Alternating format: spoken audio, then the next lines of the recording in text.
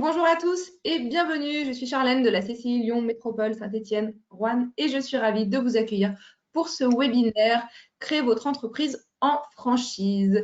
J'accueille aujourd'hui 3 intervenants. Je commence cette fois-ci de l'autre côté par Marc David. Bonjour Marc, tu es conseil expert franchise à la CCI Lyon Métropole Saint-Étienne Roanne. Bonjour. Bonjour Olga Romulus, vous êtes expert comptable chez Fiducial. Et bonjour Nathalie Bobin, vous êtes franchisée Intermarché dans Lyon 3e. Bonjour à tous, bonjour Charlène. Bonjour à tous. Je vous rappelle les règles du jeu, je les ai déjà dites, mais je les répète une dernière fois. Le support de présentation vous sera envoyé par email. Ce webinaire est enregistré, il sera disponible sur notre chaîne YouTube dès ce soir ou dès demain, assez rapidement. Vos micros sont fermés, vos caméras sont éteintes. Pour interagir avec nous et poser des questions à nos intervenants, je vous invite à utiliser le module chat et je serai le relais des questions que vous pourrez poser directement. Le déroulé de cette heure et demie que nous avons à passer ensemble sera le suivant. On va commencer par 2 petites questions, 2 petits sondages. Ensuite, je laisserai la main à Marc David pour une introduction et une présentation un peu de ce que nous faisons au niveau de la franchise à la CCI. Ensuite, Olga, vous nous donnerez les bases pour créer en franchise. Et puis enfin, on aura un témoignage de Nathalie, un témoignage de franchisé. Et nous garderons un temps d'échange et de questions-réponses d'une petite bonne vingtaine de minutes en fin de webinaire. Voilà. Est-ce que je commence tout de suite à lancer le premier sondage, si vous en êtes d'accord? L'idée pour nous, c'est de mieux vous connaître et puis de savoir un petit peu. Donc, avec cette première question, qui vous êtes? C'est parti. Dans quel domaine d'activité envisagez-vous de créer votre entreprise? Commerce alimentaire, commerce non alimentaire, café, hôtel, restaurant, service aux particuliers ou service aux entreprises? Donc, je vous laisse répondre, votez directement. Ne me répondez pas dans le chat, mais utilisez bien, cliquez directement sur le support. On vous laisse encore quelques secondes.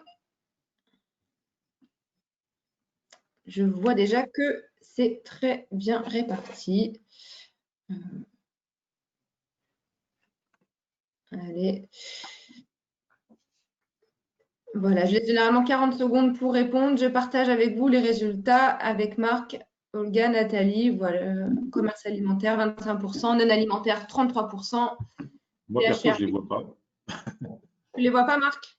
Non, mais c'est pas grave. Je les commente alors. Commerce alimentaire, 25%, le non alimentaire, 33%, café, hôtel, restaurant, 8% et les services aux particuliers et aux entreprises, 33%. D'accord. Je lance le deuxième sondage?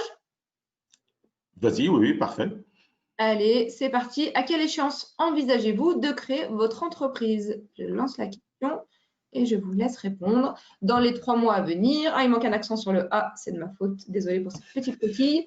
3 à 6 mois, 6 mois à 1 an ou d'ici dans plus d'1 an. Voilà. On vous laisse encore quelques secondes pour répondre. Alors, pour ceux qui n'arrivent pas à voter, si jamais vous avez une difficulté, enfin pour Olivier qui n'arrive pas à voter, il faut peut-être sortir du mode plein écran ou vous mettre en plein écran et normalement, vous devriez pouvoir cocher la case assez facilement. Là encore, allez, je ferme. Vous êtes 70% à avoir voté ou presque et je partage les résultats.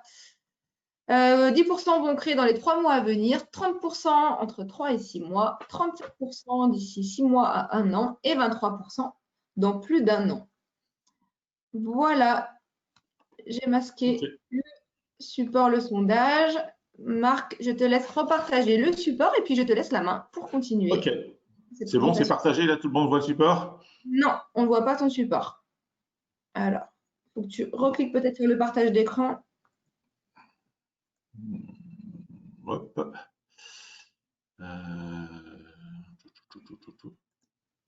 C'est bon?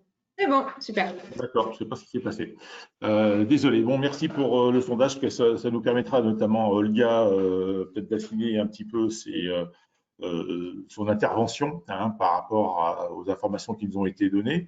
Donc, rapidement, je suis Marc David et je suis en charge au sein de la CCI Lyon Métropole de toutes les questions qui sont relatives au commerce organisé et à la franchise. Une petite précision par rapport aux intervenants, vous aurez également, puisqu'on fait, comme tu le disais tout à l'heure, ces réunions générales en présentiel, également avec notre partenaire Banque Populaire Auvergne-Rhône-Alpes, vous aurez en fin de webinaire les contacts de M. André Billard, qui est notre expert franchise Banque Populaire, auprès duquel vous pourrez vous rapprocher pour toutes les questions relatives au financement de la franchise. Donc, qu'est-ce que l'on va traiter? Rapidement, je vais en introduction reprendre un petit peu ce que représente la franchise en France en chiffres, hein, pour bien repréciser un petit peu le contexte et le poids économique de ce modèle de la franchise. Olga, comme on l'a dit, retracera, on va dire, le parcours idéal, hein, c'est ça, de l'entrepreneur en franchise. Et nous aurons témoignage de Nathalie Bobin, qui est franchisée à Lyon 3 de l'enseigne très connue Intermarché de proximité, hein, qui nous expliquera comment elle a créé dans ce merveilleux monde de la franchise. Alors, que représente la franchise aujourd'hui? Alors, on va dire qu'il y a eu un essor considérable. J'espère que tout le monde voit bien les slides. Aujourd'hui, la Fédération française de la franchise, hein, qui est une structure, on va dire, qui est une structure de lobbying et de promotion de la franchise en France, recense pour l'année 2019 2049 réseaux de franchise. Alors, quand on parle de réseau de franchise, c'est franchiseur, tête de réseau, il y a plein de dénominations. Et vous voyez que ça a été en augmentation de 2,2%, mais quand je disais qu'il y avait une augmentation assez considérable, si on se repenche il y a 10 ans en arrière, il y avait 1470 réseaux de franchise en France. Donc, au cours de ces 10 dernières années, ce modèle économique, la franchise, s'est énormément développé. On le verra dans tous les domaines d'activité, avec certains un peu plus que d'autres. Et pour vous donner un ordre d'idée, uniquement sur l'année 2019, j'ai fait un calcul rapide, il y a eu 3 réseaux de franchise, donc franchiseurs qui sont créés tous les mois en France. Ces 2049 réseaux représentent 78 218 points de vente, hein, ce que vous voyez en haut à droite de la slide, hein, c'est 78 000 donc, franchisés, et ça génère quand même un volume économique de près de 70 milliards d'euros de chiffre d'affaires et près de 800 000 emplois directs et indirects. Vous voyez en dessous, entre parenthèses, on voit que par rapport à l'année 2018, ça sont les chiffres 2019, tous ces chiffres sont en croissance. Donc, on est dans un environnement économique qui est assez recherché. Alors, on ne va pas éluder la question de la crise sanitaire que nous venons de passer et qui aura forcément un impact aussi sur la franchise. On essaiera un petit peu d'y répondre. La franchise, on va dire que tout le monde connaît, hein, quand on se promène en ville, dans ses rues, dans son village, etc., ou dans les centres commerciaux. On a des enseignes qui sont souvent en franchise.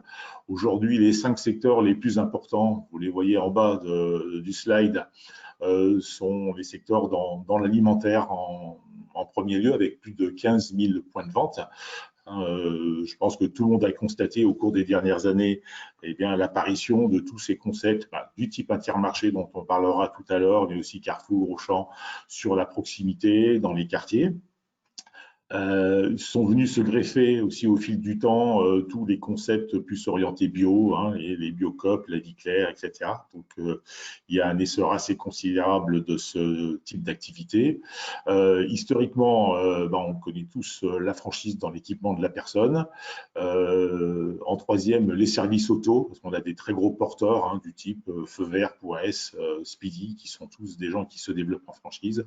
Enfin, les commerces alimentaires, coiffure et esthétique n'apparaissent pas sur ce graphe puisque leur évolution est plus récente, tout ce qui est relatif au service à la personne, même si la courbe a atteint, on va dire, un peu un plateau aujourd'hui, hein, pour reprendre un terme un peu à la mode de plateau, et aussi, ce qu'on abordera très certainement au cours de notre présentation, tout ce qui est café, hôtel, restaurant, hein, que l'on voit pousser aux 4 coins de nos rues, et notamment dans tout ce qui est restauration rapide.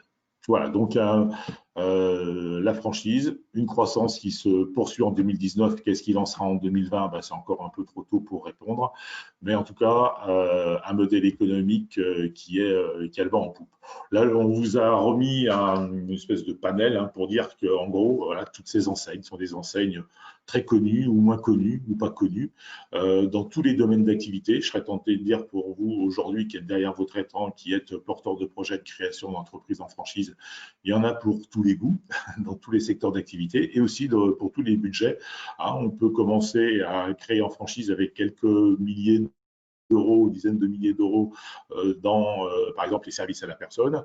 Mais par contre, ça peut aller assez vite dans certains autres domaines tels que l'hôtellerie, la restauration, où on peut atteindre des budgets de centaines, voire plusieurs centaines de milliers d'euros pour créer son entreprise en franchise. On a l'habitude de dire que la franchise, c'est une création un peu plus sécurisée. Olga et Nathalie nous diront si c'est le cas. Moi, je serais tenté de dire que ce n'est pas forcément l'assurance tout risque, mais on sait qu'on a des résultats quand même qui sont un peu plus positifs. Et puis, comme je le disais aussi précédemment, on ne va pas éluder la période actuelle et voir, par exemple, est-ce que la franchise peut être un bon moyen de rebondir après cette crise sanitaire. Voilà, j'en ai terminé pour ma part. Je vous retrouverai tout à l'heure avec Nathalie et je laisse la parole à Olga. Merci Marc pour cette présentation qui permet effectivement de remettre un peu les enjeux de ce modèle économique, de cette terminologie qui est passée dans le langage courant de la franchise et qui représente du coup un poids économique important en France. Alors moi, je suis expert comptable et je me suis spécialisée en franchise et donc je travaille chez Fiducial. Fiducial, on est présent sur tout le territoire français au travers de 600 agences. On accompagne plus de 5000 créateurs d'entreprises tous les ans, dont plus de 500 en franchise. Et donc c'est pour ça qu'on connaît bien ce modèle économique et les qualités que tu évoquais, Marc, de sécurité et on va dire de faisabilité voilà, par rapport à ce qui est apporté. Mais maintenant, on va rentrer un peu dans le détail et voir dans le moteur pourquoi est-ce que ça marche, ce modèle. Alors tout d'abord, la franchise, il faut retenir une chose, c'est que la franchise, c'est une alliance qui est aboutie. C'est-à-dire que quand on parle de franchise, on parle de dupliquer une réussite.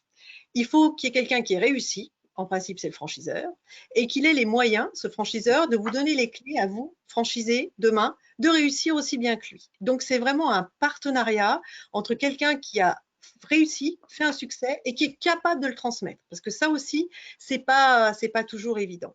Alors, si on va plus dans le détail pour savoir qui sont ces deux partenaires, franchiseurs et franchisés, je laisse passer à la slide suivante.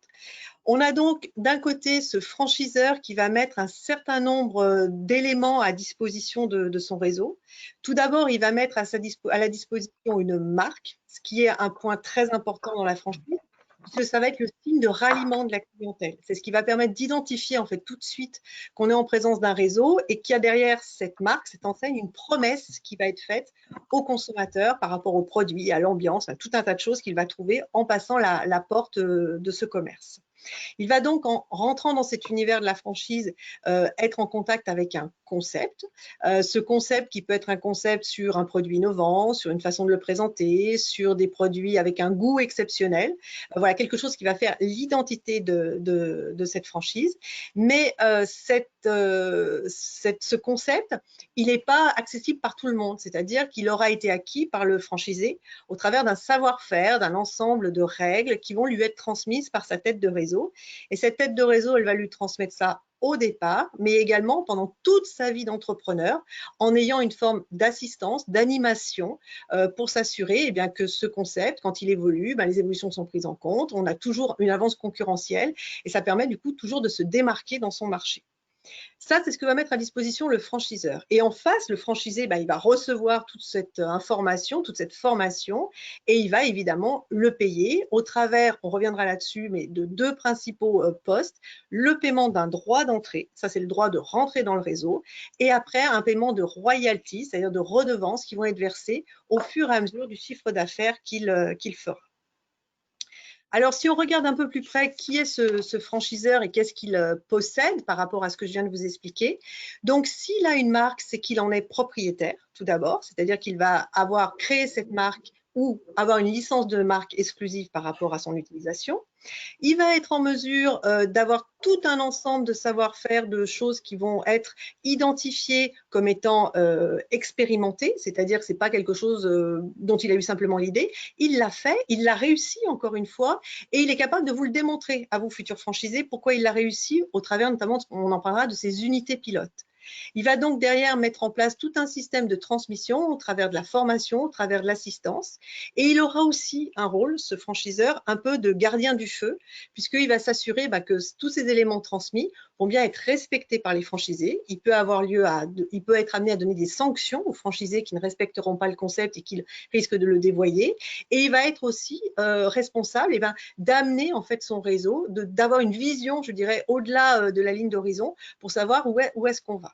Et ça, ce que je vous dis, ça a eu un retentissement là dans les mois qui viennent de s'écouler pendant cette crise sanitaire très important, où on a vu justement la puissance de ces réseaux qui étaient capables d'animer, d'avoir une vision et de porter du coup leur modèle avec l'équipe des franchisés derrière eux pour passer cette période très trouble. Donc ça, c'est le franchiseur. Maintenant, du côté du franchisé, quelles sont ses qualités? Il y en a aussi de nombreuses. Le franchisé, tout d'abord, c'est un entrepreneur et c'est un entrepreneur indépendant. Ça, c'est une règle d'or. Le franchisé, c'est pas un salarié, c'est pas un subalterne, c'est rien de tout ça. Il va investir son argent, il va être responsable de son exploitation, des investissements, des pertes et des gains qu'il va faire. Il va donc avoir un investissement, un risque en fait qui va être pris d'entrepreneur à part entière. Il y a juste que ce risque, entre guillemets, est un peu plus limité puisqu'il va bénéficier de l'expérience du franchiseur. Mais c'est toujours pareil, hein, quand on vous transmet quelque chose, quand on applique mal les choses ou qu'on ne les comprend pas, ce n'est pas pour autant, ce que disait Marc, une assurance tout risque. C'est-à-dire qu'il peut aussi y avoir des échecs. Mais quand même, on va bénéficier de beaucoup de choses au démarrage de l'entreprise. Par contre, il y a des règles, hein, droits et devoirs, hein, c'est toujours pareil.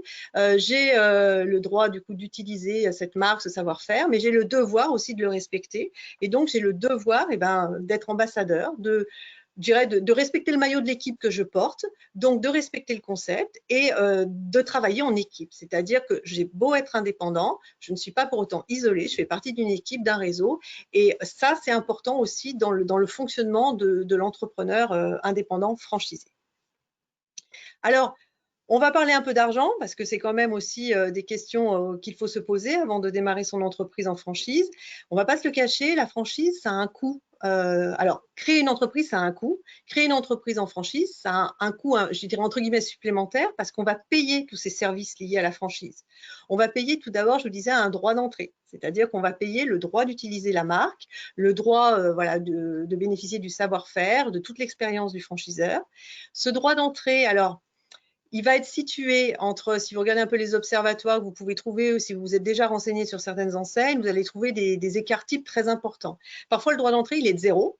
Parfois, il est très, très cher. Il représente plusieurs centaines de milliers d'euros. Alors, il ne faut pas rester focalisé sur le montant. Ce qu'il faut, c'est savoir ce que ça vous rapporte. C'est-à-dire quelque chose qui vaut 0, mais derrière, je vais avoir 0 service, une marque complètement inconnue, pas d'animation, je dirais, voilà, vous payez ce qui n'a pas de valeur, donc ça vaut bien 0, ça.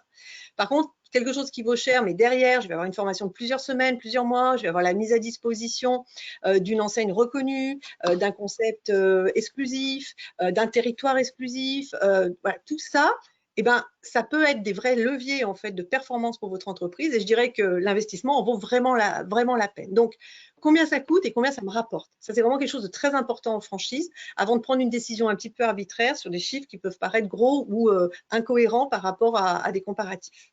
Ça, c'est la première chose, le droit d'entrée. Sachant en plus, pour complexifier un peu les choses, souvent dans le droit d'entrée, vous pouvez avoir plusieurs choses. Vous pouvez avoir un droit d'accès à l'enseigne, une formation initiale, une mise à disposition d'un pack, etc. Donc, décomposer aussi ce droit d'entrée pour bien comprendre ce que vous payez, déjà dans le détail, et après de voir l'effet de levier que ça peut avoir sur votre projet. Deuxième chose que l'on paye en franchise, c'est ce qu'on appelle les royalties ou les redevances d'exploitation. C'est entre guillemets comme un apport d'affaires, c'est-à-dire que comme vous allez bénéficier de la marque, du savoir-faire, peut-être de produits exclusifs, de recettes exclusives, vous allez rétribuer celui qui vous apporte tous ces bénéfices, c'est-à-dire le franchiseur, au travers d'un pourcentage qui est très souvent un pourcentage du chiffre d'affaires. Alors, c'est entre 2 et 6% du chiffre d'affaires hors taxe. Parfois, c'est un peu moins, parfois, c'est un peu plus. Parfois, c'est une partie fixe, une partie variable. Après, tous les modes sont permis. Mais l'idée, elle est là, c'est que régulièrement, enfin, au fur et à mesure de votre activité, de votre développement, vous allez rétrocéder un petit peu de ce succès à votre franchiseur qui va se servir de cette manne pour également aussi défendre l'enseigne, maintenir le concept, etc. Et puis enfin, le dernier poste, ce sont des redevances cette fois de publicité qui, elles, sont un pot commun que l'on va mettre ensemble pour pouvoir faire de la promotion de l'enseigne, promotion de la publicité au plan national par la marque, au travers de campagnes télévisées, etc. Et là, c'est entre 0 et 5% du chiffre d'affaires. C'est 0 souvent sur des jeunes réseaux qui n'ont pas la puissance après de payer des campagnes nationales et qui vont se focaliser plutôt sur des actions régionales, plus important en fonction du nom et de la puissance nationale de la marque. Donc, en synthèse, retenez que la franchise, c'est une alliance subtile avec donc 3 ingrédients, une enseigne, un concept, un mix concept, un savoir-faire, une assistance tout au long de la vie du réseau, de votre vie franchisée. Ces 2 acteurs, le franchiseur, le franchisé, c'est vraiment un duo sur lequel, en fait, l'intuitu personné est très important. Ce n'est pas qu'une notion contractuelle, l'intuitu personné en franchise.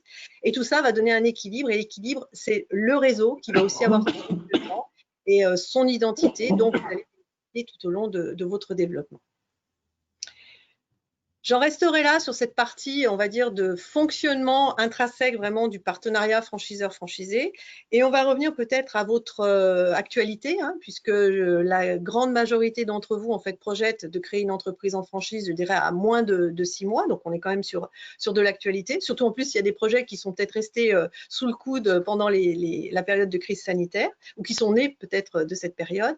Donc, je vais vous montrer au travers donc 5 étapes. Alors, c'est 5 étapes parce que je voulais un déroulé un peu pédagogique des choses, mais après, il y a des étapes, vous allez voir, qui peuvent se chevaucher ou qui ne sont peut-être pas arrivées dans l'ordre que je vais vous présenter. Mais c'est en tout cas 5 étapes, je pense, par lesquelles vous allez passer dans le cadre de votre parcours.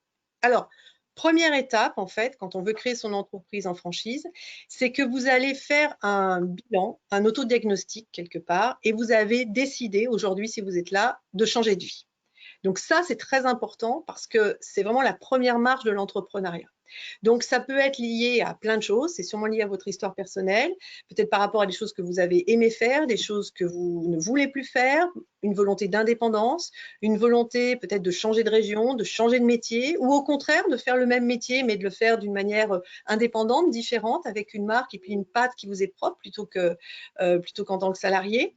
Il faut savoir que la majorité des franchisés sont des hommes, voilà, pour une petite majorité, des anciens salariés et des anciens cadres. Donc, des gens souvent qui vont aller vers la franchise dans le choix d'une seconde vie professionnelle et qui vont souhaiter, dans cette seconde vie professionnelle, en fait, faire des choix de vie et également peut-être aller plus vite, de manière plus sécurisée. Et du coup, la franchise est une vraie solution par rapport, je dirais, à l'entrepreneuriat classique où il peut y avoir une phase d'acclimatation au marché qui est plus longue.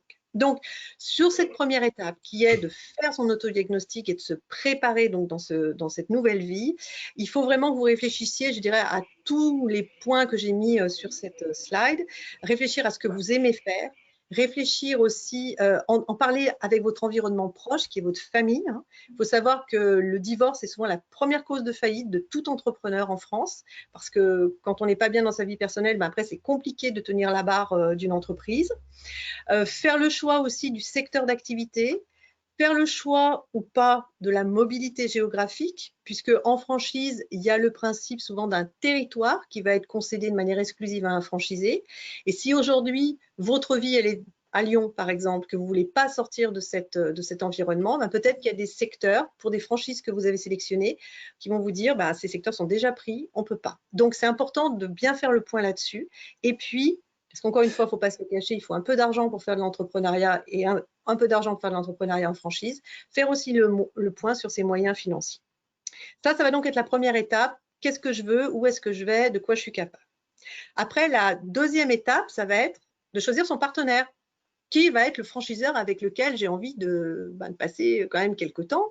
En moyenne, un contrat de franchise, c'est-à-dire une relation de franchise, c'est 2 fois et demi la signature d'un contrat. Donc, ça nous amène à peu près à 15 ans de vie commune. Il faut savoir que 15 ans, c'est plus long que la durée moyenne du mariage en France. Donc, ce n'est pas quelque chose d'anodin vers lequel vous vous engagez. C'est un vrai contrat, un vrai engagement réciproque. Donc, Dans le cas du choix de ce réseau de franchise, vous avez vu, Marc, qui vous a montré, il y a plus de 2000 réseaux de franchise en France, il y a énormément d'enseignes, tous secteurs confondus. On a un peu de mal à s'y retrouver. Donc, il faut déjà que vous fassiez, à l'issue de la première étape, le point sur les secteurs qui vous intéressent.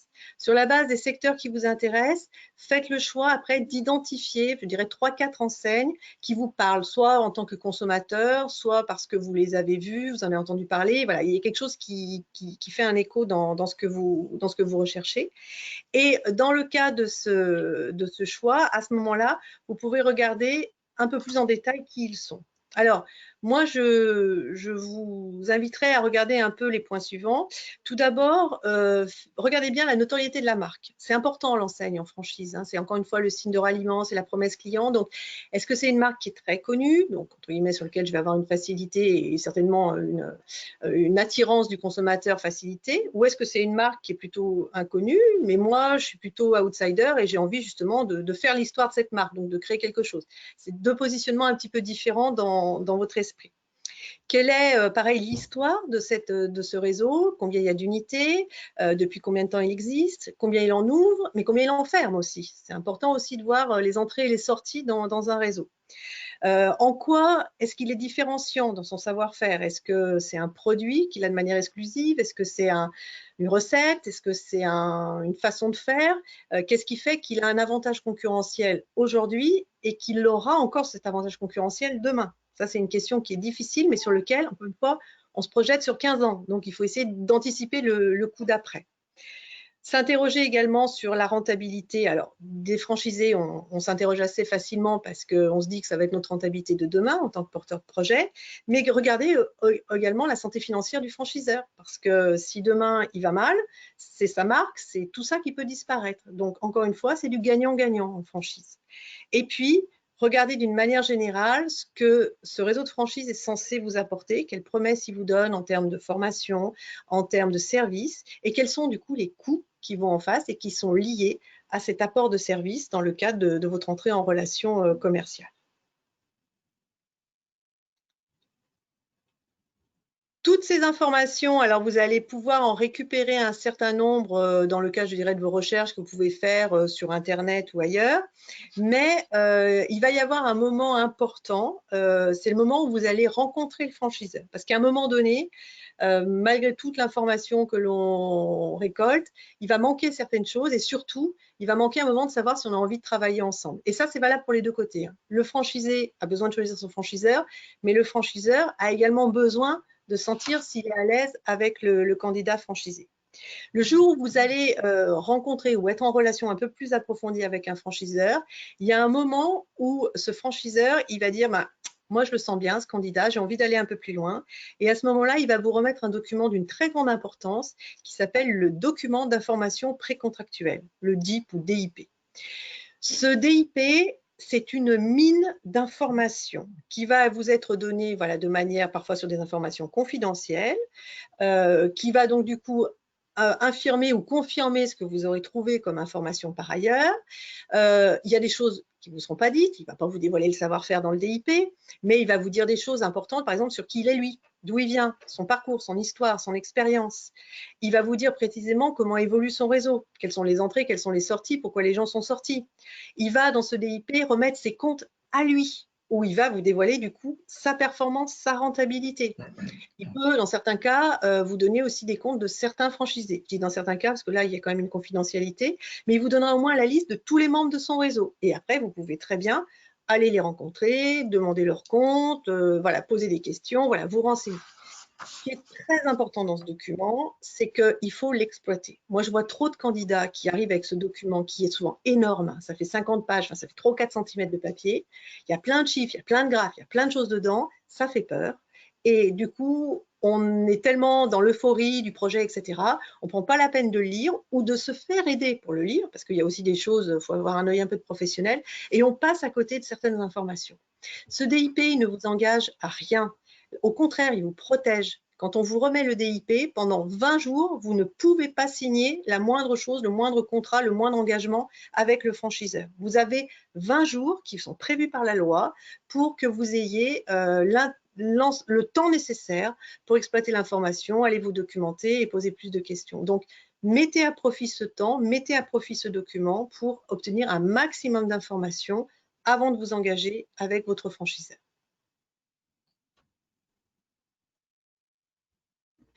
Quatrième point, ça va être, mais ça c'est valable pour toute création d'entreprise, c'est d'aller tester votre marché.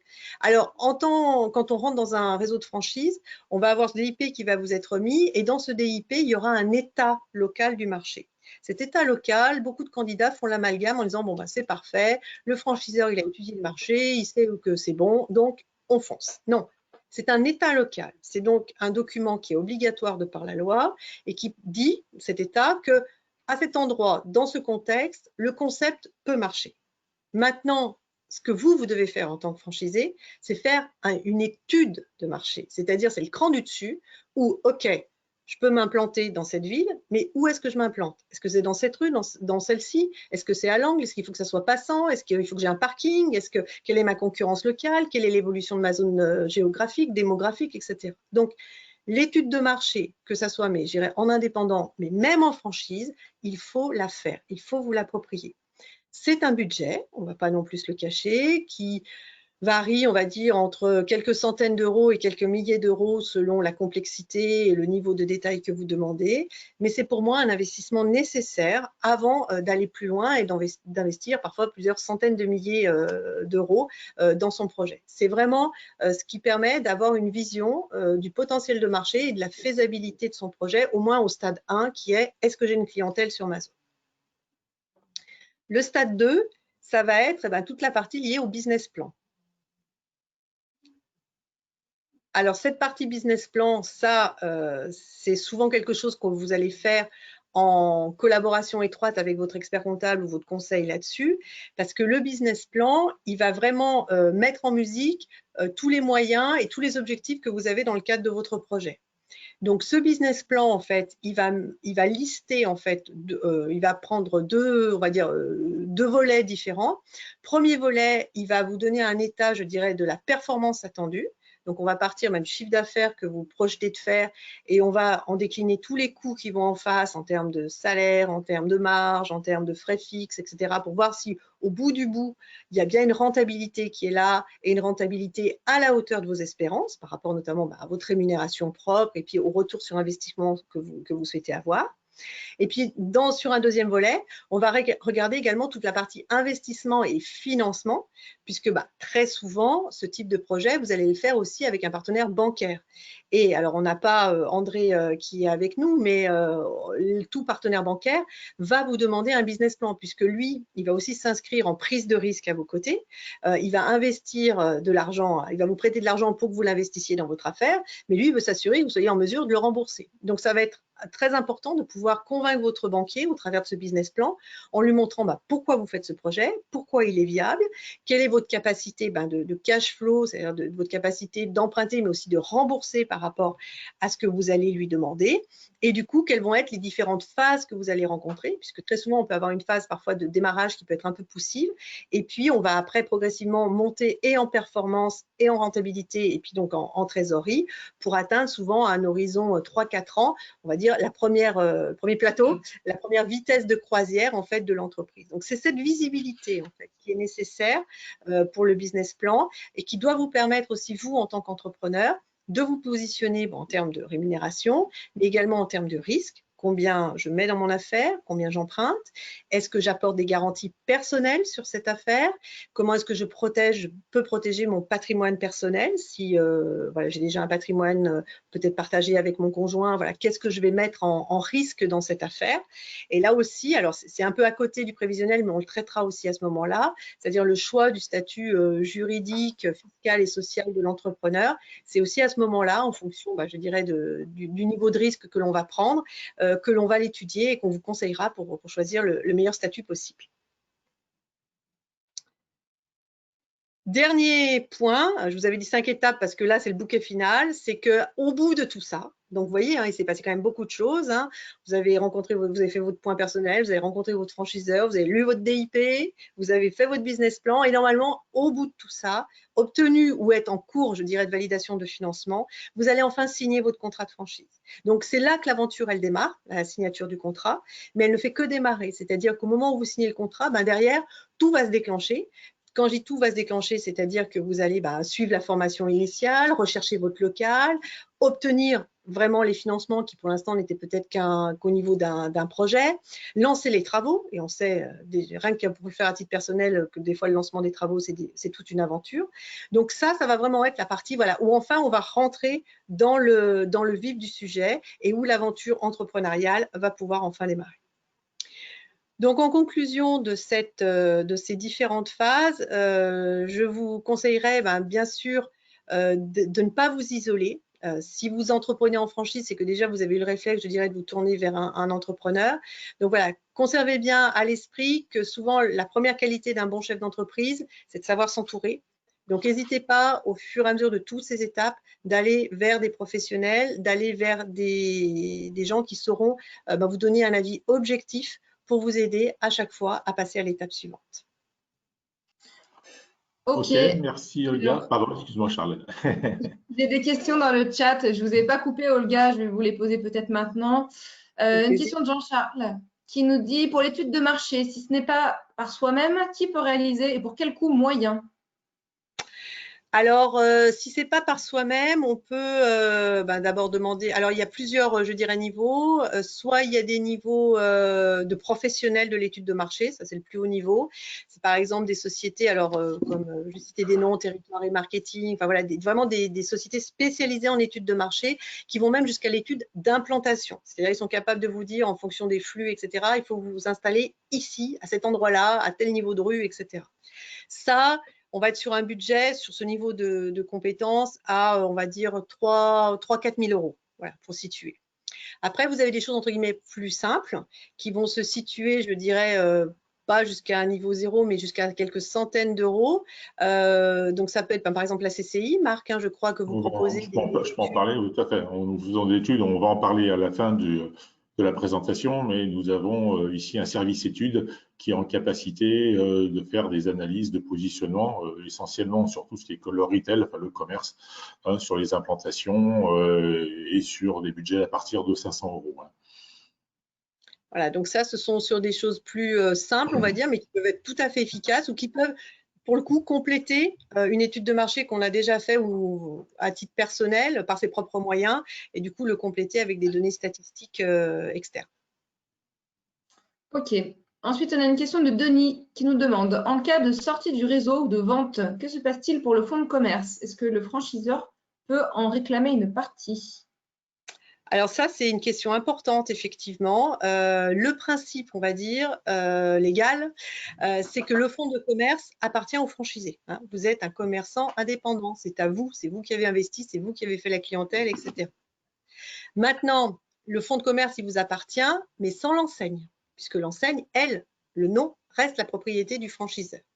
Donc, qu'est-ce qui se passe? Alors, concrètement, dans tous les bons contrats de franchise que j'ai vus, la clause de sortie, elle est prévue. C'est-à-dire qu'on dit en cas de sortie, alors on va prévoir plusieurs cas. Est-ce que c'est une sortie à terme? Est-ce que c'est une sortie parce qu'il y a eu faute du franchiseur ou du franchisé? Donc, dans ce cas-là, on peut avoir des choses différentes. Mais dans tous les cas, en principe, le franchiseur se réserve un droit de préemption. Donc, ça ne veut pas dire qu'il va systématiquement le racheter, ça veut dire qu'il peut préempter. C'est-à-dire le jour où le fonds de commerce est en vente, il peut être prioritaire, je dirais, pour racheter le fonds de commerce. S'il ne fait pas valoir son droit de préemption, il peut avoir un droit d'agrément sur le repreneur. C'est-à-dire qu'on vend, si on le vend avec l'enseigne, encore une fois, enfin, on le transmet avec l'enseigne, du coup, le franchiseur aura un droit de regard sur celui qui reprend en disant « Ok, je l'adoube en tant que franchisé » ou « Sa tête ne me plaît pas et j'en veux pas ». Et dans ces cas-là, celui qui cède, soit il ne cède pas, ou du moins s'il cède, c'est sans l'enseigne. C'est-à-dire qu'il va être obligé de céder son fonds. Par exemple, je suis coiffeur, je vais céder un fonds de coiffure, point, mais qui ne sera pas un fonds de coiffure Jean-Louis Aubry ou de Sange ou je ne sais. Ce sera juste un fonds de coiffure. Donc, il faut bien garder à l'esprit qu'on reste, en tant que franchisé, propriétaire du fonds de commerce, mais on ne pourra pas le vendre avec l'enseigne, sauf si le franchiseur est d'accord ou si le franchiseur se positionne pour le racheter. Ok. Ensuite, Ellie nous demande, est-ce que vous auriez un exemple de DIP? Alors, moi, j'en ai des tonnes, mais ils me sont remis à titre confidentiel. Le DIP, c'est vraiment un document intime du franchiseur. Donc, je mets quiconque au défi de me trouver un DIP sur Internet. Je veux dire, c'est un document qui ne circule pas comme ça. C'est un document qui est la propriété du franchiseur, qui remet, et d'ailleurs vous avez une attestation de confidentialité, etc., qui vous est fait signer avant la remise du DIP, comme quoi vous ne devez pas le transmettre à quiconque, sauf bien sûr à vos conseils, avocats, experts comptables qui sont liés par le secret professionnel. Donc le DIP, je n'ai pas de modèle, enfin j'ai des modèles, mais je n'ai pas le droit de les communiquer. Ce qui peut vous aider, si jamais la personne veut quand même avoir une idée de à quoi ça ressemble, vous pouvez aller sur le site de la Fédération française de la franchise. Ils ont mis en ligne un modèle, entre guillemets, enfin, on va dire une ossature de DIP pour avoir un peu les grands thèmes. En fait, le DIP, il est prévu par la loi Doubin, donc il y a un certain nombre de chapitres qui sont obligatoires et c'est ce brouillon, entre guillemets, que la FFF a mis en ligne pour montrer quelles sont les différentes parties qui doivent être respectées. Mais après, ce qu'on va mettre dedans, ben on est au niveau de l'intime hein, du franchiseur. Donc, il y en a qui vont mettre des tartines, il y en a qui vont pas en mettre beaucoup, il y en a qui vont sauter certaines informations volontairement ou pas. Enfin voilà. Après, ça va être très différent. Il n'y a aucun DIP qui se ressemble. Par contre, un DIP de 3 pages, moi, avant de l'ouvrir, je me méfie parce qu'il y a quand même une information de base minimale qui fait qu'un DIP doit avoir une certaine consistance quand vous êtes transmis. Oui, Olga, est-ce qu'on peut dire qu'il y a quand même des passages obligés dans le DIP et effectivement en allant sur le site de la Fédération française de la franchise et en allant regarder ce que tu indiquais, on peut voir déjà si l'enseigne avec laquelle on est en contact est dans les clous ou pas, ou si elle n'a pas oublié un certain nombre d'éléments. Mais ça n'empêche pas, le conseil que nous pouvons donner, c'est de faire relire un DIP par des experts, hein, des gens comme chez Fiducial, l'avocat, etc. Tout à fait. Ok. Ensuite, on a une autre question de Jean-Charles. En cas de cession du fonds d'un franchisé, les droits d'entrée dus au franchisé sont-ils inclus dans le prix de cession? Alors, je vais vous répondre à l'envers, Jean-Charles. En fait, quand un nouveau franchisé rentre sur un réseau et qu'il rachète un fonds, il doit quand même payer au franchiseur les mêmes choses, entre guillemets, qu'un nouveau franchisé, c'est-à-dire un nouveau droit d'entrée, une formation initiale, etc. Parce que la clause d'intuitu personnel, elle existe dans le contrat de franchise et le fait d'être nouveau, une nouvelle personne physique, fait qu'on doit passer par je dirais la moulinette habituelle de l'entrée d'un réseau, même en rachetant un fonds. Donc, pour le franchisé rentrant, concrètement, il va payer un fonds de commerce et il va payer un droit d'entrée à côté, qui est son droit d'entrée à lui. Après, bien évidemment, dans la valorisation du fonds de commerce, on fait le bilan des actifs et des passifs. Et si dans les éléments-là, il y a un droit d'entrée, il y a un reliquat de droit d'entrée qui n'est pas amorti, pour aller concrètement, bah, faudra le défalquer quelque part dans le prix parce que c'est pas juste que le franchisé, entre guillemets, paye 2 fois. Ce droit d'entrée, même si c'est la société qui le paye, il est vraiment versé au titre de l'entrée personnelle du franchisé dans le réseau. Donc, il y aura bien pour le franchisé qui rachète un fonds de commerce franchisé, le paiement de ce droit d'entrée qui sera fait direct au franchiseur. Ok. Eric demande qui peut m'aider à relire un DIP? Alors, comme le disait Marc, en fait, il faut faire relire à un professionnel du chiffre ou du droit et surtout quelqu'un qui s'y connaît en franchise. Voilà. Par exemple, je vais parler pour ma paroisse en tant qu'expert comptable. Un expert comptable qui n'a jamais accompagné de clients franchisés, je ne sais pas s'il a déjà vu dans sa vie un DIP. Voilà, parce que c'est très, très particulier. Donc, il vaut mieux avoir affaire à quelqu'un qui a une expérience dans la franchise. Donc, qui a une expérience dans la franchise, ben, vous allez sur le site de la FFF. Il y a par exemple, dans le collège des experts, vous avez tous les noms des experts comptables et des avocats qui sont spécialisés en franchise.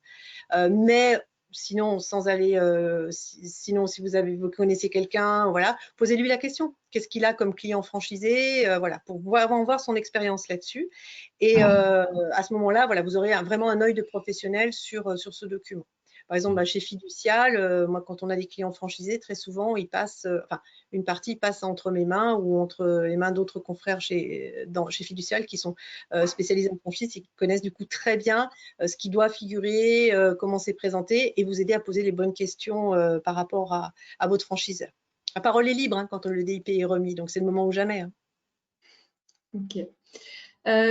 Kérim nous demande, je voulais savoir si l'investissement fait sur l'ameublement était un prêt ou un achat envers le franchiseur. Alors, d'un point de vue comptable, c'est considéré comme un investissement, hein, c'est-à-dire que c'est quelque chose qu'on est censé garder plusieurs années, donc on l'achète et on l'amortit, voilà, ça c'est la technique comptable. Après, la technique financière fait que soit on le paye entre guillemets cash ou avec un emprunt et on en est propriétaire tout de suite, soit on peut passer par un crédit bail, donc qui va être une location financière en fait, donc qui va s'assimiler à un achat, mais qui va en tout cas s'étaler dans le temps. Ce qui est sûr, c'est que même si la sortie quand on achète un bien tout de suite, la sortie de trésorerie, elle est immédiate. Si on est en crédit bail, ça va s'étaler au niveau de l'achat. Donc, il faut plutôt réfléchir à ce niveau-là pour voir quelles sont les modalités en termes de moyens financiers pour acquérir ce qui est le plus pertinent et voilà, dans le montage financier, ce qui paraît le plus judicieux. D'accord. Noura nous demande, est-ce que la franchise a une obligation de résultat? Alors ça, c'est un large débat. Brutalement, je vous répondrai non. Vous êtes encore une fois un entrepreneur indépendant, donc le franchiseur n'a pas vis-à-vis de ses franchisés une obligation de résultat. Par contre, il a une obligation de moyens, c'est-à-dire que pour que vous réussissiez, il doit vous donner un certain nombre de choses. Il s'engage à vous donner un certain nombre de choses. Une formation initiale, une protection de l'enseigne, une capacité d'innovation. Voilà. Alors tout ça, c'est des mots, ce que je vous dis, dans le cadre des contrats après que vous allez, ou des franchiseurs que vous allez rencontrer, ils vous donneront de manière plus précise ce que je vous dis. C'est-à-dire, ils vont vous dire concrètement, voilà la durée de la formation, voilà ce qu'on va vous apprendre. Si je suis, par exemple, dans une boulangerie, voilà le nombre de produits que l'on s'engage tous les ans. Enfin voilà. Après, il y aura une déclinaison vraiment métier par métier de ce que ça représente. Ça, c'est une obligation de moyens. C'est tout ce qui sera mis à votre disposition. Pareil, il a une obligation d'information avant que vous rentriez en contrat avec lui, d'où ce fameux document d'information contractuelle. Mais après, ce que vous en faites, c'est là où vous reprenez toute votre puissance d'entrepreneur.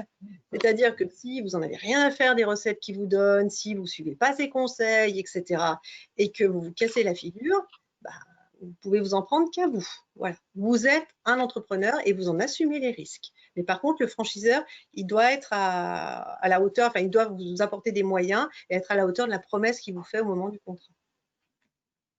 Ok, je vais prendre encore 2 questions et puis on laissera peut-être la main ensuite à Nathalie pour son témoignage. C'est une question concernant l'assistance due par le franchiseur. Une panne de meubles est-elle du ressort du franchisé ou du franchiseur? Qui des deux s'occupe de la maintenance, du contact avec les professionnels? C'est une question d'Étienne. Alors là, ça va dépendre, je dirais, du concept. Comme ça, hein, sans connaître de qui on parle, je serais tentée de dire que le matériel étant la propriété du franchisé, en principe, c'est à lui d'en assumer les risques. Hein. Je pense que Nathalie peut témoigner peut-être des pannes de frigo, d'autres voilà, malheurs que l'on rencontre dans tout commerce. Après, vous avez des modèles juridico-économiques où le matériel reste la propriété du franchiseur. Par exemple, la location-gérance, voilà, pour parler concrètement. Là, effectivement, si le propriétaire, c'est le franchiseur, c'est très certainement lui qui doit assumer derrière la maintenance et les dépannages. Mais c'est un cas voilà, bien particulier, je dirais, d'un concept de franchise. Ok.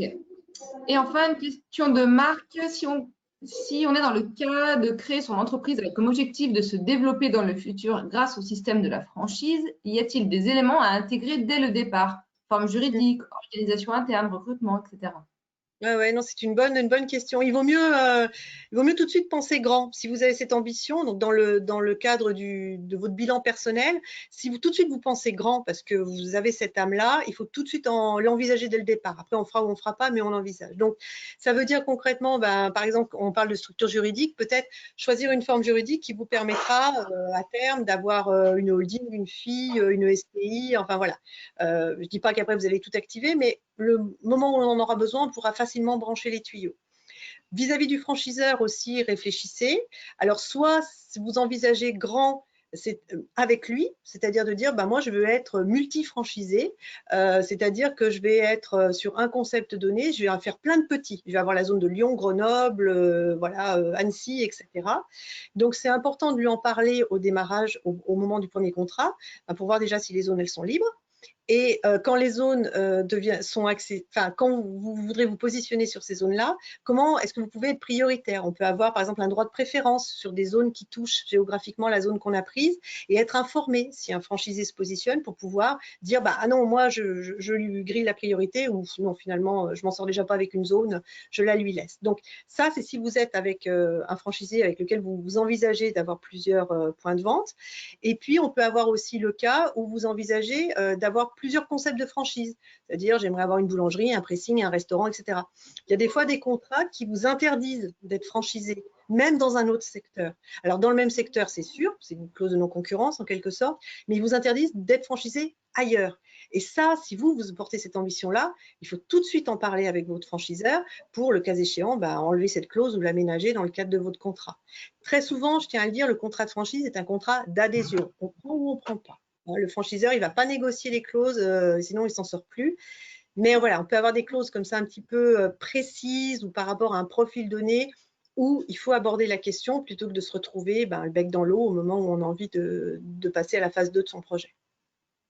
Si on peut rajouter avant de poursuivre avec Nathalie, c'est vrai que la franchise, un des atouts de la franchise, c'est effectivement cette possibilité d'avoir, compte tenu de sa relation avec son ou ses franchiseurs, de se développer beaucoup plus rapide.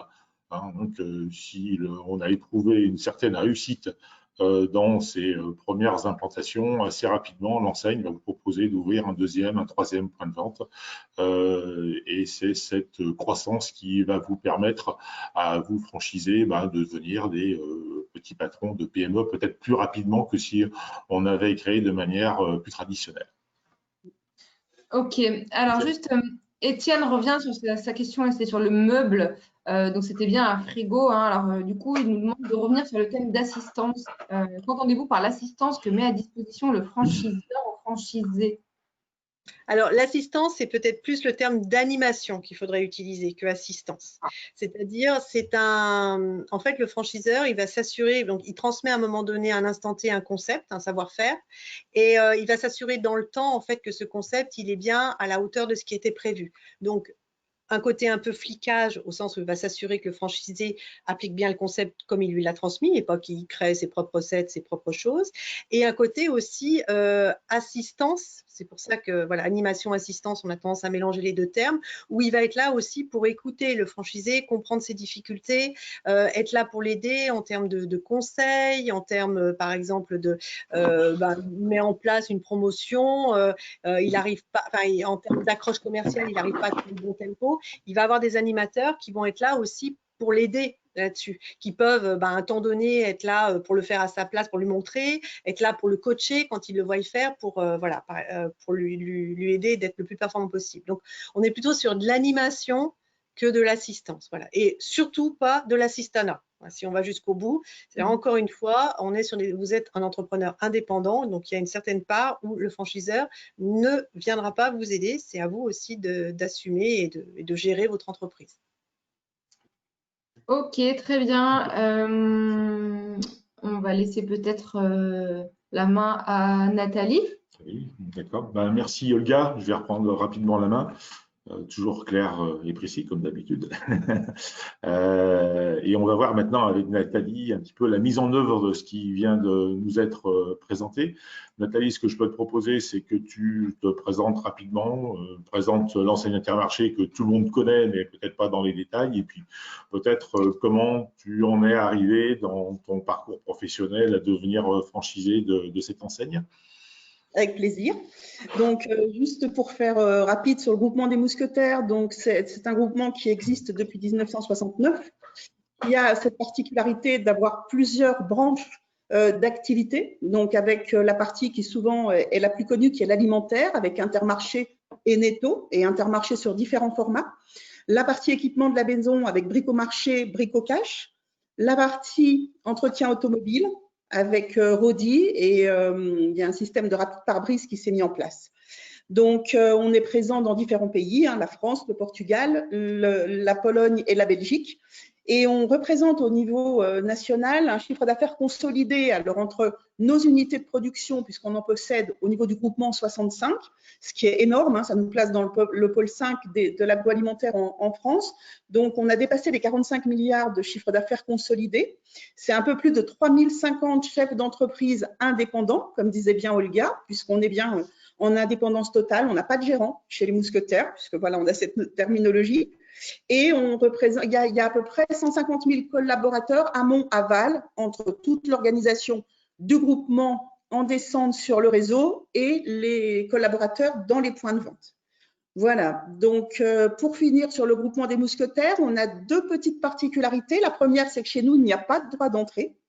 Il n'y a pas de droit d'entrée, il y a juste ce qu'on appelle effectivement des royalties de façon commune.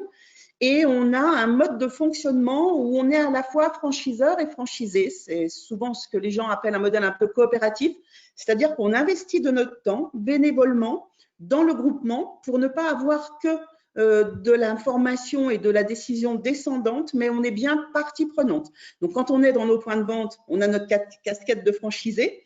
Et quand on est donc dans ce temps dédié qu'on appelle le tiers-temps, puisqu'on passe en moyenne 2 jours sur cette fonction, on a un peu la casquette franchiseur. Donc, ce qui rend la chose très intéressante. Et cette participation aux décisions est très, très enrichissante parce qu'on touche à différents domaines et on n'a pas que des décisions qui descendent d'un coup sans les comprendre. Comment tu en es arrivé à choisir l'enseigne Intermarché? On a vu en début de présentation qu'il y avait plus de 2000 réseaux, hein, donc le choix est vaste. Comment ça s'est passé? Plusieurs rencontres, des salons, des rendez-vous, etc. Est-ce que tu peux nous expliquer cela?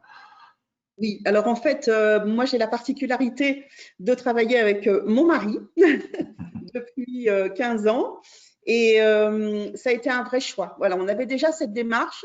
On était tous les deux dans le privé. Mon mari est ingénieur en système de production automobile dans une grosse société française qui avait été rachetée par une société américaine.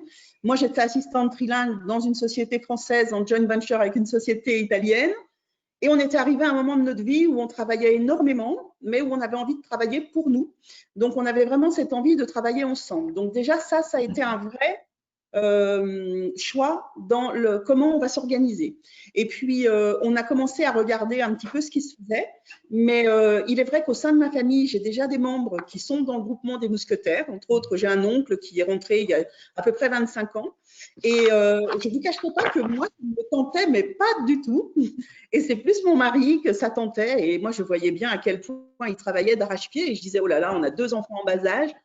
Ça va pas être pour nous. Et puis, en fait, en discutant, c'est moi qui ai pris le rendez-vous et après, on y met la main, on y met le bras et on y va. Donc, voilà, on a suivi un parcours de recrutement. Donc, comme disait Olga, puisqu'au sein du groupement des mousquetaires, on a bien cette validation du choix du franchiseur qui s'appelle donc le parcours de recrutement avec une commission, qui est la commission d'agrément. Et ensuite, ça dure combien de temps? Excuse-moi de te couper. Ça dure combien de temps? Alors, en moyenne, c'est maximum 3 mois. Il y a des documents à remettre, il y a des rendez-vous pendant lesquels on rencontre des franchisés, on échange, il y a différentes étapes. On fait un stage de découverte pour essayer aussi, suivant les métiers, si on n'est pas très sûr, parce que des fois, on rencontre des gens. Moi, je me suis occupée dans le cadre de mon tiers-temps pendant 5 ans du recrutement des futurs mousquetaires. C'est vrai que des fois, il y a des personnes, elles ont envie d'arriver chez les mousquetaires, elles ont envie de s'investir, mais elles hésitent. L'équipement de la maison, l'alimentaire. Donc, en fait, elles peuvent même faire 2 stages, hein, si elles le souhaitent, pour vraiment s'imprégner du métier. Et sur le terrain, on se rend un peu plus compte de ses aspirations et de ses affinités.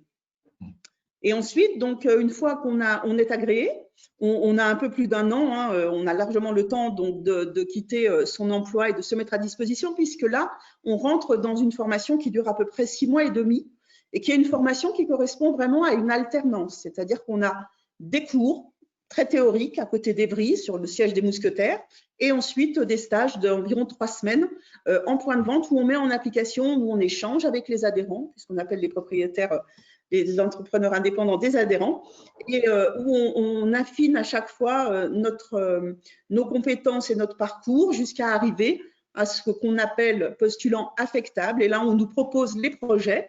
Et là où je rejoins tout à fait une notion très importante qu'a mis en avant Olga, c'est vraiment cette disponibilité, cette mobilité géographique. Parce que moi, par exemple, c'est quelque chose que j'expliquais volontiers.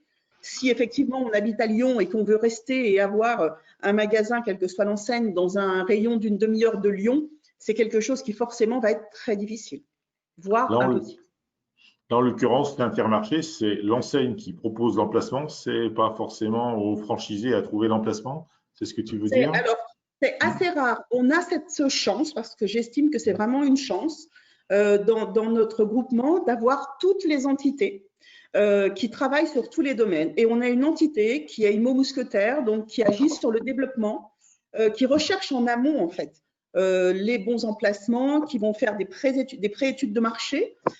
Et en fait, quand on intègre le groupement des Mousquetaires, il y a 2 possibilités d'entrer pour le premier point de vente. C'est soit on rachète un point de vente existant à un adhérent qui soit part à la retraite, soit part sur un autre projet ou veut changer de métier, pourquoi pas, ou soit on va aller sur une création. Et là, on est sur 2 choses complètement différentes. Mais effectivement, les créations, elles sont majoritairement gérées en amont par le groupement des Mousquetaires. Ce qu'on peut dire sur ce point-là, et tu me confirmeras ou pas, Olga, c'est que dans ce cas de figure, bien souvent, dans les contrats de franchise, l'enseigne, le franchiseur demande au franchisé de trouver son emplacement et son local commercial. C'est quand même la majorité des cas, c'est bien ça. Oui, c'est plutôt rare d'avoir mais plutôt très confortable d'avoir cette situation. Bien sûr, bien sûr. Voilà. Donc c'est un cas un petit peu particulier concernant Intermarché. Et donc justement, là, tu nous as bien présenté comment ça se passait, on va dire en amont et pour l'installation. Comment se passe tout ce qu'a évoqué tout à l'heure, Olga, le travail au quotidien avec l'enseigne, comment Intermarché vous accompagne, enfin t'accompagne dans ton point de vente, un petit peu sur tous les aspects, la communication, dire la rigueur nécessaire, et je pense encore plus maintenant avec la période, peut-être en parler, hein, que nous venons de passer au niveau sanitaire, vétérinaire, etc., communication, et puis le volet que tu as très bien présenté, de travailler avec d'autres franchisés. Comment ça se passe, toute cette articulation? Alors, pour reprendre un petit peu ce qu'expliquait Olga, on est vraiment dans notre groupement, dans cet esprit-là, c'est-à-dire la marque, le savoir-faire, la formation, puisqu'on a une formation initiale, mais ce qu'il ne faut pas oublier, c'est que la formation continue, c'est quelque chose de très important. Donc, le fait d'être en franchise, ce qui est vraiment important, et je pense que c'est important d'avoir un franchiseur qui tient ces promesses-là, c'est qu'il faut qu'il y ait un vrai soutien sur le métier, sur le domaine technique, sur la veille juridique, sur la veille concurrentielle. Alors, on reste des chefs d'entreprise indépendants. Moi, si j'avais quelqu'un qui vient s'installer à côté de moi, je ne vais pas accuser le groupement de ne pas avoir surveillé des locaux éventuellement disponibles autour. Mais par contre, sur des évolutions de marché, sur des tas d'évolutions, le franchiseur est là pour apporter toujours du conseil, une assistance. Effectivement, il met la stratégie en place. Alors, on a toujours cette particularité que comme on participe au fonctionnement, mais du coup, on participe à cette stratégie. Donc, c'est plus facile de se l'approprier aussi, peut-être, dans notre mode de fonctionnement, forcément, puisqu'on a même cette possibilité de devenir associé et d'acheter des parts du groupement. Donc, pour montrer à quel point on n'est pas coté, on ne sera jamais coté au CAC 40, et on a cette vraie imprégnation et implication. Donc ça, je pense que ça change aussi la donne, et je pense que pour tout franchisé, s'approprier le concept, s'impliquer et comprendre comment ça se passe, je pense que c'est vraiment important, et ne pas attendre, comme disait Olga, que tout descende. Il ne faut pas oublier que quelle que soit la franchise, quel que soit le métier, en franchise, on reste des entrepreneurs indépendants, et cette indépendance, elle implique bien évidemment des responsabilités. Et donc, pour en revenir un petit peu à l'accompagnement de l'enseigne, vous avez des animateurs qui viennent voir le point de vente, voir si vous continuez à bien respecter les engagements, parce que ça, c'est extrêmement important. Hein.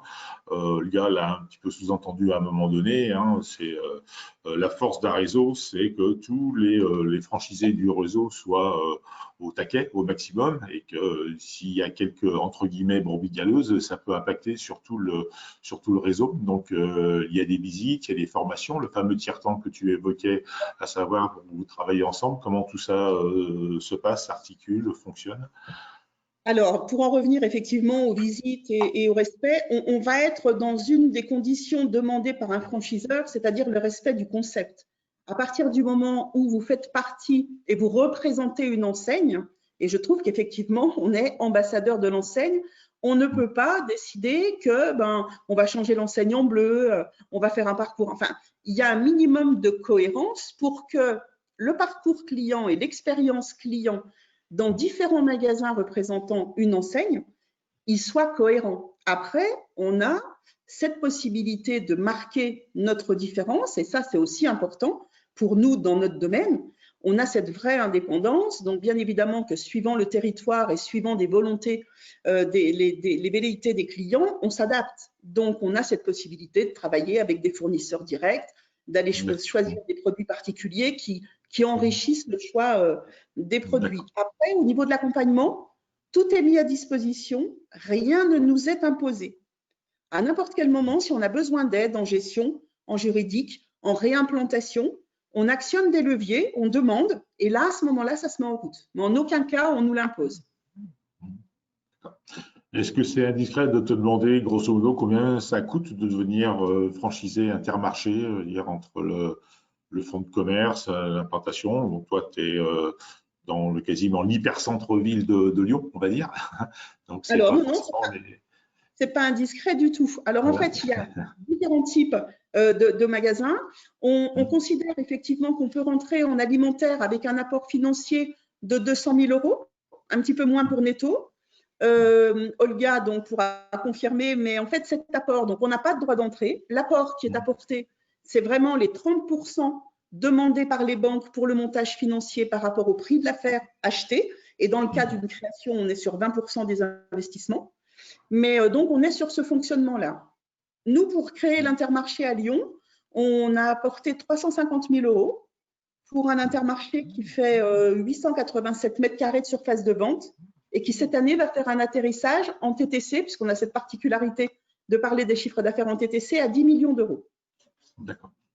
Voilà. Okay. Alors, j'ai une question sur le chat, Marc. Vas-y, oui.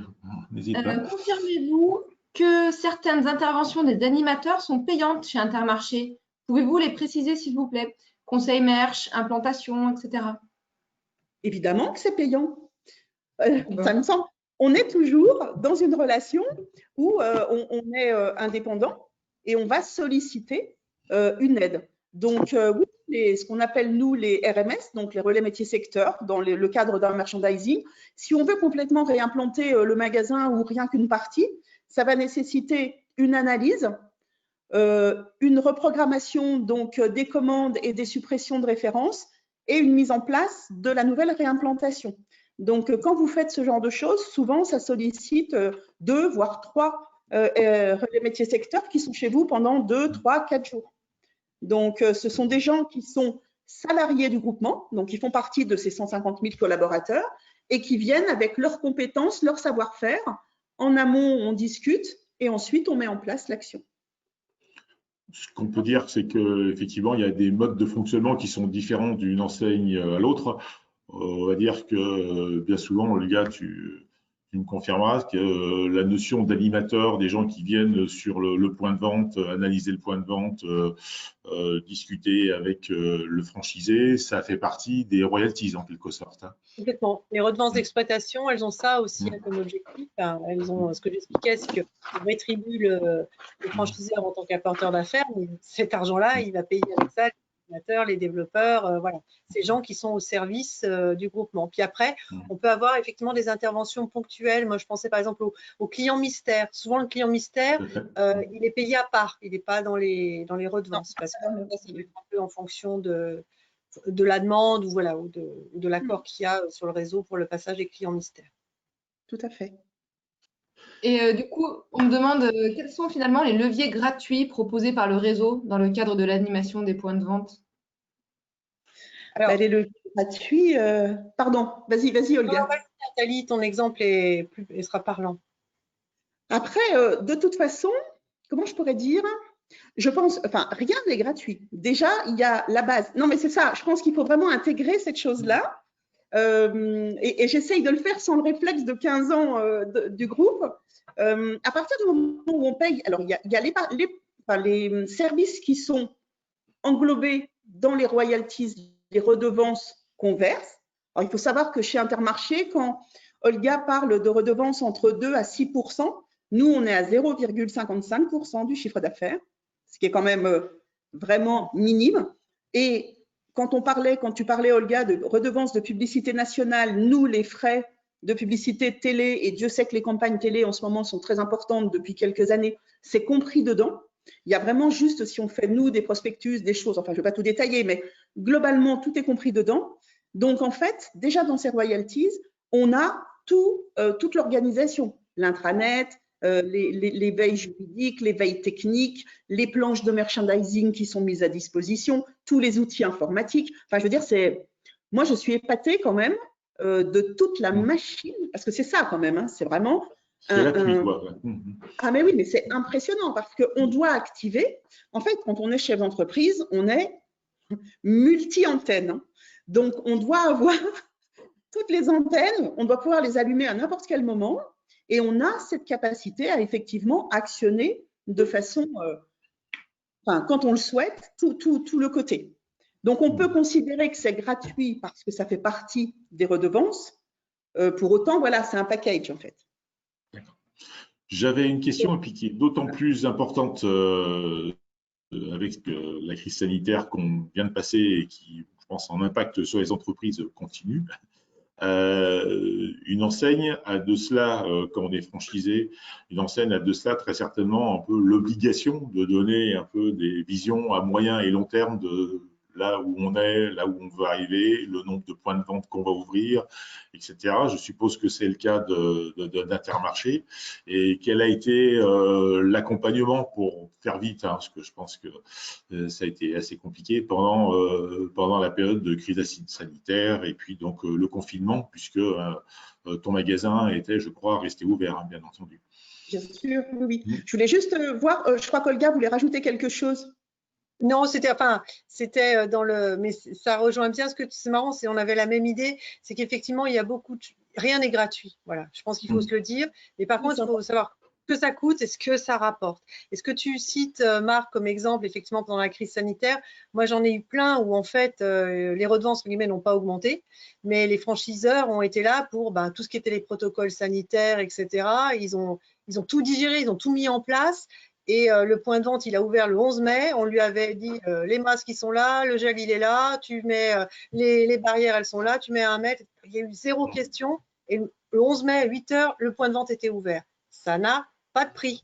S'ils avaient été tout seuls, ça aurait été certainement des choses où on aurait mis plusieurs jours, des pertes de chiffre d'affaires et peut-être même des contrôles derrière qui auraient dit vous fermez le point de vente, il n'est pas conforme. Voilà, c'est là où je dis qu'est-ce que ça coûte? Tout coûte. Mais qu'est-ce que ça rapporte? C'est ce qu'il faut garder. Et ton exemple est probant, Nathalie, là-dessus. Non, mais c'est ça. Et juste pour faire court, effectivement, sur ce que demandait Marc, alors il est vrai que quand l'annonce du confinement a été annoncée, déjà on sentait monter la tension la semaine d'avant. Donc le lundi 16, ça a été quand même une journée apocalyptique. Moi, je pèse mes mots. Hein. C'est quelque chose que j'espère qu'on ne revivra pas. Mais on a fait front. Moi, je profite. Nathalie, on vous a perdu. Là devant tout le monde pour remercier encore et encore pendant tout le confinement, tout le monde a fait le job. Donc bien évidemment que quand il y a eu l'annonce du confinement, il a fallu réagir tout de suite.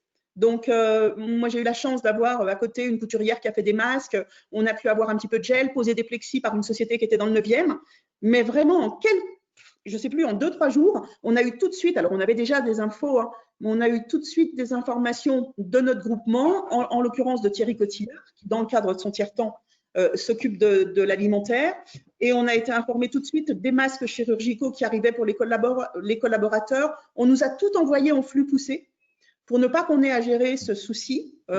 Donc, on a reçu le gel hydroalcoolique, les masques, les visières. Moi, j'en avais commandé par avance, mais on a reçu des visières. Donc, j'ai pu dépanner les commerçants autour qui allaient réouvrir. On a eu toutes les données techniques, les différents, tout le côté juridique, parce qu'il faut savoir que dans cette crise particulière, tout le monde a tâtonné.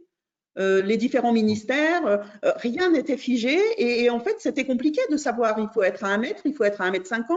On met du plexi, on met les visières, on met le masque. Maintenant, on nous a demandé de mettre le masque et les visières pour protéger les yeux ou des lunettes de protection. Enfin, il y a tout. Donc, il a fallu s'adapter en un temps record. Et je pense qu'effectivement, les franchisés, quand leur franchiseur a fait le job, je suis persuadée que les franchisés sont ceux qui seront sortis le mieux de cette crise parce que c'est déjà compliqué de gérer dans un contexte aussi difficile, mais quand il y a en plus toutes ces choses qui viennent parasiter autour, quand c'est préparé, et là c'est vraiment le rôle du franchiseur, c'est un vrai soulagement. Et là, comme disait Olga, on se rend bien compte que ce n'est pas un coût, mais que c'est un vrai investissement parce que là, qu'est-ce que ça nous apporte? Ça nous apporte un confort, de la sérénité et ça nous permet d'être rassurant vis-à-vis des clients, vis-à-vis des salariés quand on en a et de soi-même être serein pour continuer l'activité. Ok. Merci. Je vais te proposer une dernière question parce que j'ai encore 1 ou 2 informations à passer derrière et peut-être que tu as des questions, Charlène, je ne sais pas. Mais,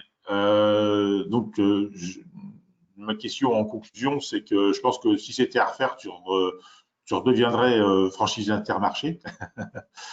Oui, oui. Ouais. Et, non, il n'y a aucun. Voilà.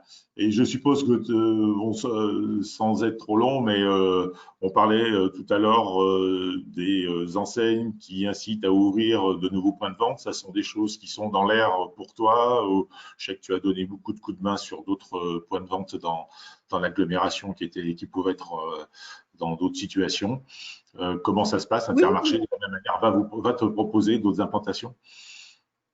Voilà. Non, on nous propose, bien évidemment, des réimplantations. On est régulièrement informé des points de vente. Alors, on a un découpage de régions.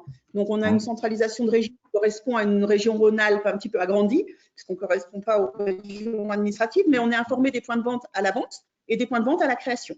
Donc, après, si on a envie d'y aller, si on a envie de créer un 2e point de vente, comme le précisait Olga, alors on n'a pas de grosses zones réservées, mais on avait effectivement des zones d'emprise.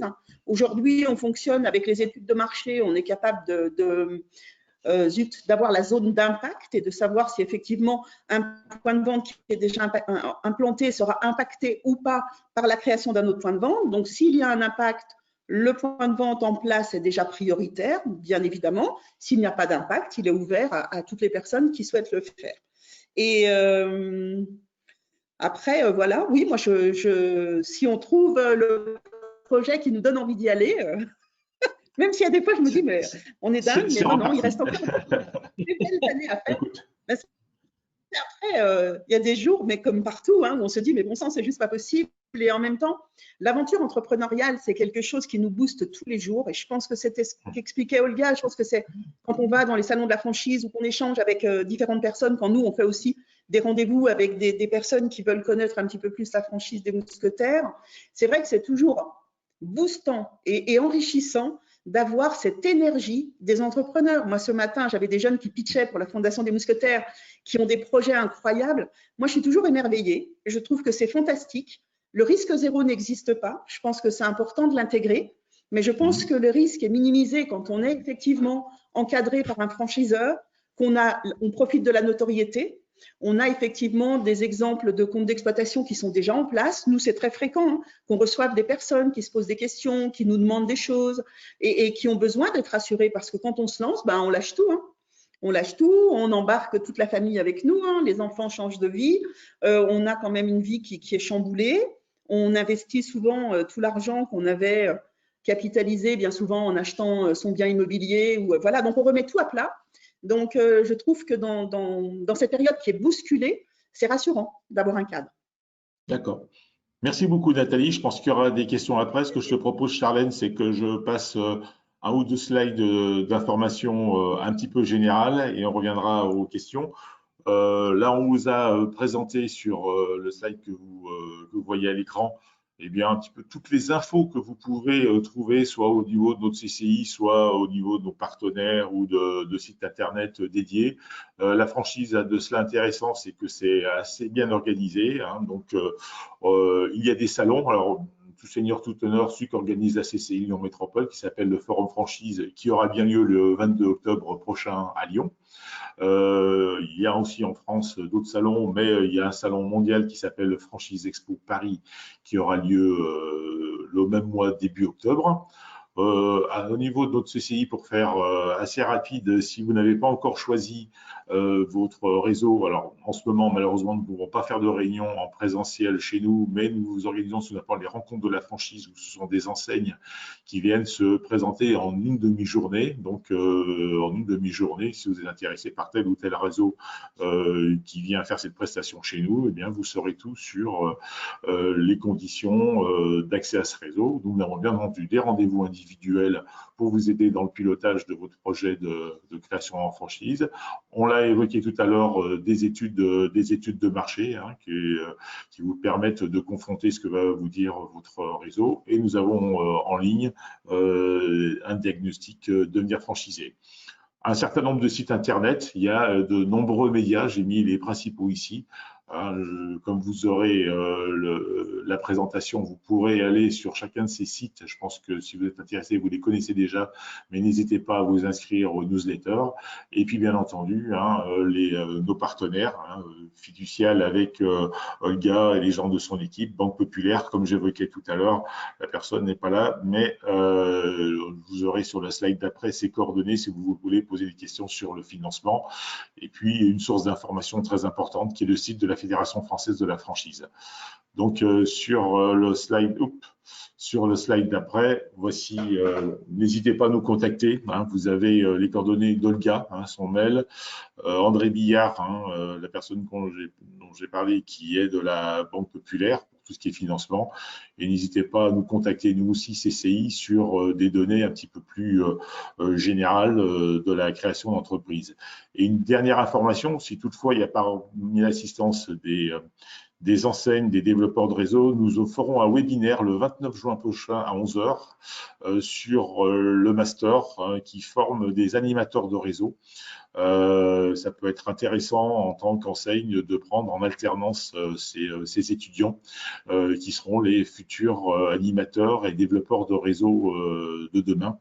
Donc, on vous recontactera, mais le 29 juin prochain à 11 h, webinaire, présentation du master animation des réseaux d'enseignes par ECLIA. Voilà, j'en ai terminé. Charlène, as-tu des questions? Oui, alors, j'ai Wilfried qui nous demandait, je souhaiterais savoir comment se monte un projet de multi-franchise au niveau financier. Doit-on avoir à chaque fois le même budget de départ? Peut-être une question pour Olga. Oui, alors, soit on démarre une multifranchise d'entrée de jeu, c'est-à-dire on prend plusieurs points de vente, etc. Donc là, effectivement, il y a un cumul des investissements qui se fait. Soit c'est plutôt le cas le plus classique, on va dire. On commence par un premier point de vente. Une fois qu'on a assis la rentabilité et la performance financière de ce point de vente, on réinvestit dans un deuxième. Et du coup, dans le deuxième, compte tenu que le banquier déjà va vous connaître, compte tenu que le franchiseur vous connaît, si vous êtes sur la même enseigne, vous allez peut-être avoir des effets d'économie d'échelle, peut-être du personnel qui va faire les deux sites, etc. Le budget risque d'être moins important, je dirais, la deuxième fois que la première. Après, on peut aussi avoir des projets qui sont crescendo, c'est-à-dire vous commencez par un petit point de vente, une petite taille, puis vous allez vers un plus gros, etc. Alors là, non, ce ne sera pas de décrescendo parce que vous allez aller vers des tailles de plus en plus importantes. Mais ce qui est intéressant quand on est en multifranchisé, c'est qu'on s'est conforté dans son profil d'entrepreneur et du coup, on part avec un gage confiance qui est plus important vis-à-vis et du franchiseur et du banquier.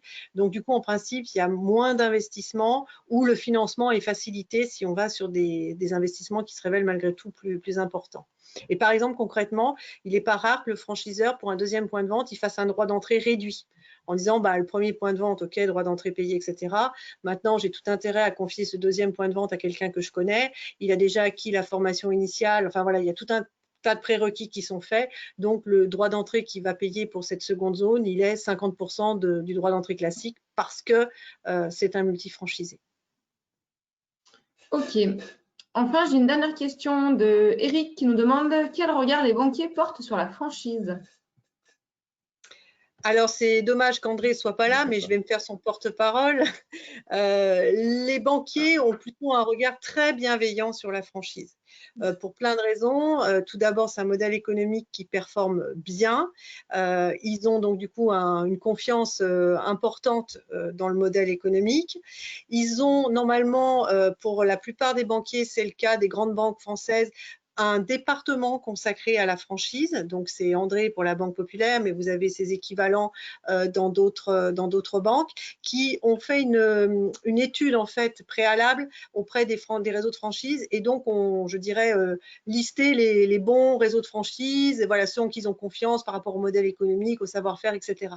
Donc, du coup, quand vous arrivez porteur de projet d'une enseigne qui est connue et reconnue par le réseau bancaire que vous sollicitez, bah, ça facilite énormément votre dossier.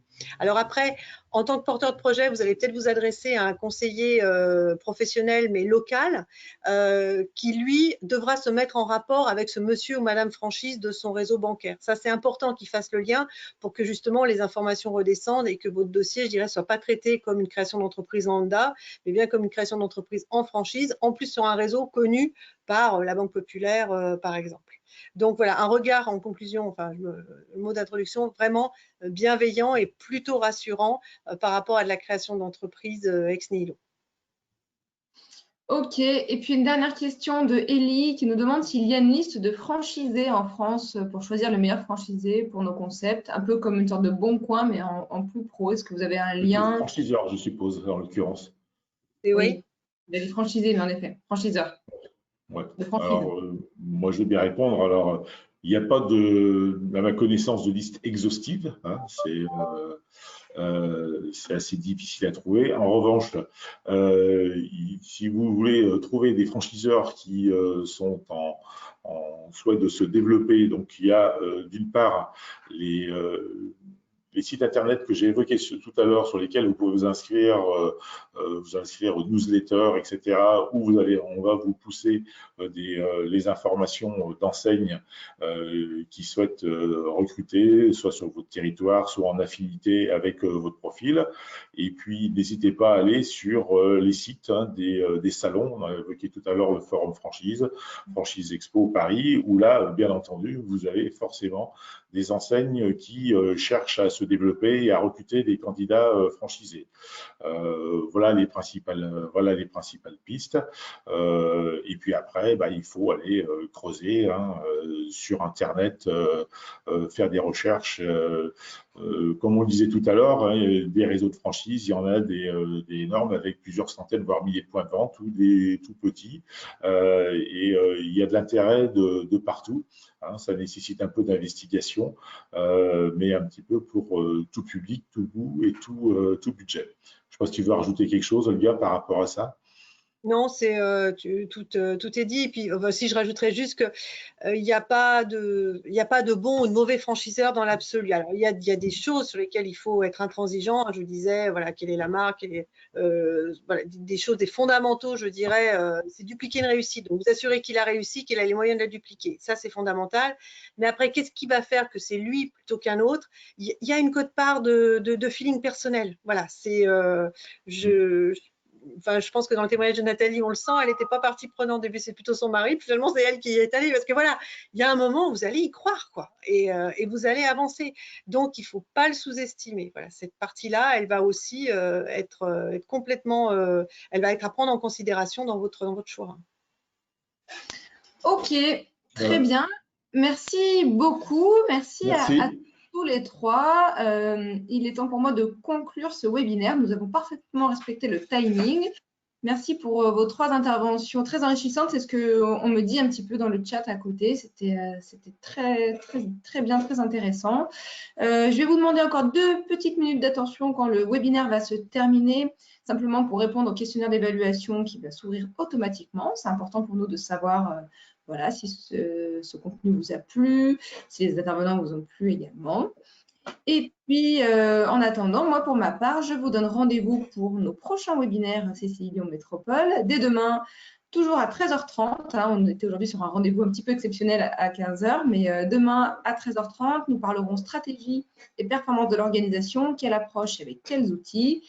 Et puis, je vous donnerai également rendez-vous la semaine prochaine avec un webinaire orienté développement commercial mardi et un autre mercredi intitulé « Le temps de l'or que l'on gaspille ».